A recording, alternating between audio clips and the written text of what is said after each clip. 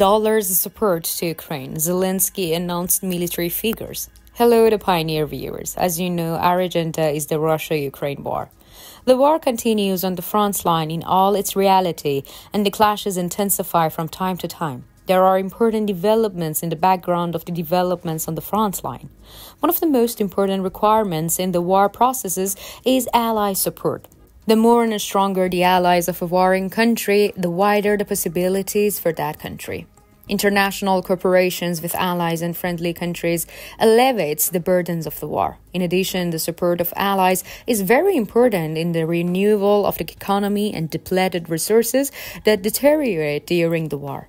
For these reasons, it is very difficult for the country left alone in the war to achieve victory. A country that receives international support thanks to its allies gains power both legally and in conflict.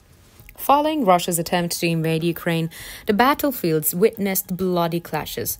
From the first days of the conflict, the United States and NATO countries showed their support for Ukraine. Messages of support, aid, and military support to the Ukrainian army strengthened the Ukraine's fight against the Russian army. Russia, which attempted to invade Ukraine, was quite alone in the international arena. The embargo and sanctions imposed on Russia dealt a major blow to the supply chain of the Russian army.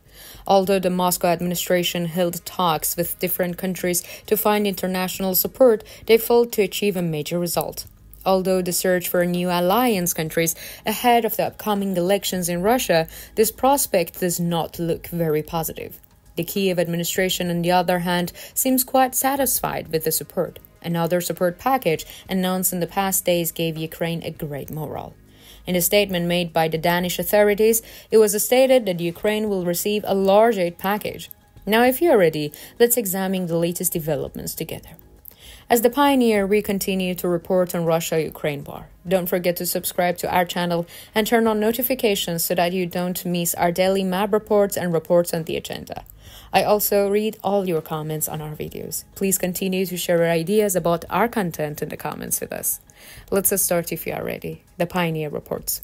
Recently, Ukrainian President Volodymyr Zelensky traveled to the United States for talks. One day after the Ukrainian leader's trip to US, a very important announcement was made from Denmark. According to the statements, Ukraine will be provided with a great support.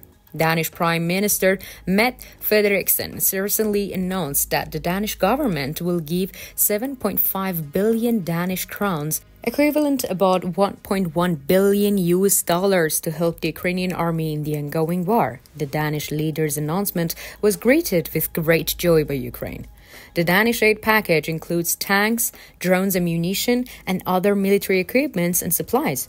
The major aid announcement came as Frederiksen and other Scandinavian leaders met with Zelensky in Oslo, Norway, for the second annual Ukraine-Northern Europe Summit. We are at the critical point in the war, and we must ensure that Ukraine has what it needs to continue the fight, Frederiksen told a joint press conference at the summit. That is why we are working together with the partners and allies for long-term security for Ukraine, he said, sharing the importance of the alliance.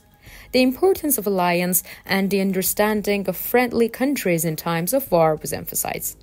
Denmark has provided nearly $3 billion in military aid to Ukraine since Russia launched its invasion on February 2022. The Danish government had previously announced a $520 million aid packages in the last October. With the latest announcement, in addition to the announcement aid package, Danish aid has reached a high amount. Norwegian Prime Minister Jonas Gahr Støre also announced during the summit that his country would increase its financial and humanitarian support for this year by about $800 million. He announced assistance to Kiev. The aid will be provided as part of the 5-year, $6.8 billion aid package approved in February.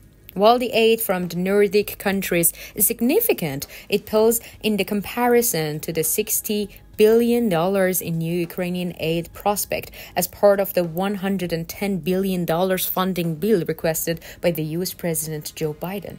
Ukrainian leader Zelensky traveled to the U.S. to discuss U.S. issues. He met with representatives of the two major parties in the U.S. Parliament.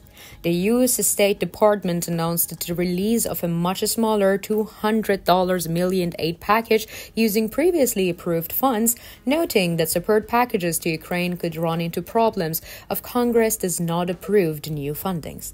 Biden also signaled in a joint press conference with Zelensky that there may be a limit to U.S. aid, saying that the government will continue to provide critical weapons and equipment to Ukraine as it can, but that the prospect of helping Ukraine is quickly coming to an end due to a gridlock in the Congress.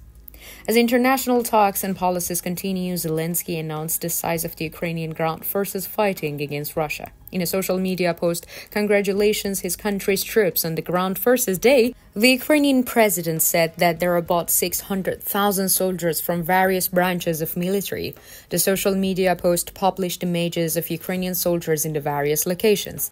Vladish Zelensky, former head of the press service of the General Staff of the Armed Forces of Ukraine, said in a statement that there are 1.3 million people in the Armed Forces of Ukraine, all of whom need weapons and ammunition. The Armed Forces of Ukraine consist of the large organization of which the Ground Forces is only one branch. Others include the Air Force, Navy, Air Assault Forces, Marine Corps, the Special Operations, and Territorial Defense Forces. During the rest of the statement, Zelensky presented gifts to the Ukrainian soldiers. He noted that many of them will always be remembered by their comrades for their strength and help in the war. He concluded by expressing gratitude to many for the liberation of our people, our lands, cities, and villages, for the opportunity to be proud of the strength of the Ukrainian army. Zelensky's message came on the same day that he met with political leaders in Washington, D.C., aimed warnings from the White House that American aid to Ukraine could dry up as talks on new aid stalled in Congress. Alexei Danilov, Secretary of Ukraine's National Security and Defense Council, recently told the press that Ukraine's plans for the counteroffensive launch in June were not fully realized, but that this would be compensated for the winter war. He said that the Ukrainian army will continue to fight for the freedom and independence. What do you think about the announced support for Ukraine, and how do you think it could contribute to the war? How do you interpret the situation of the Russian army? What do you think about the diplomatic skills of the Ukrainian leader Zelensky? What do you think are the dangers awaiting Ukraine? We care about your opinion. Please share it with us.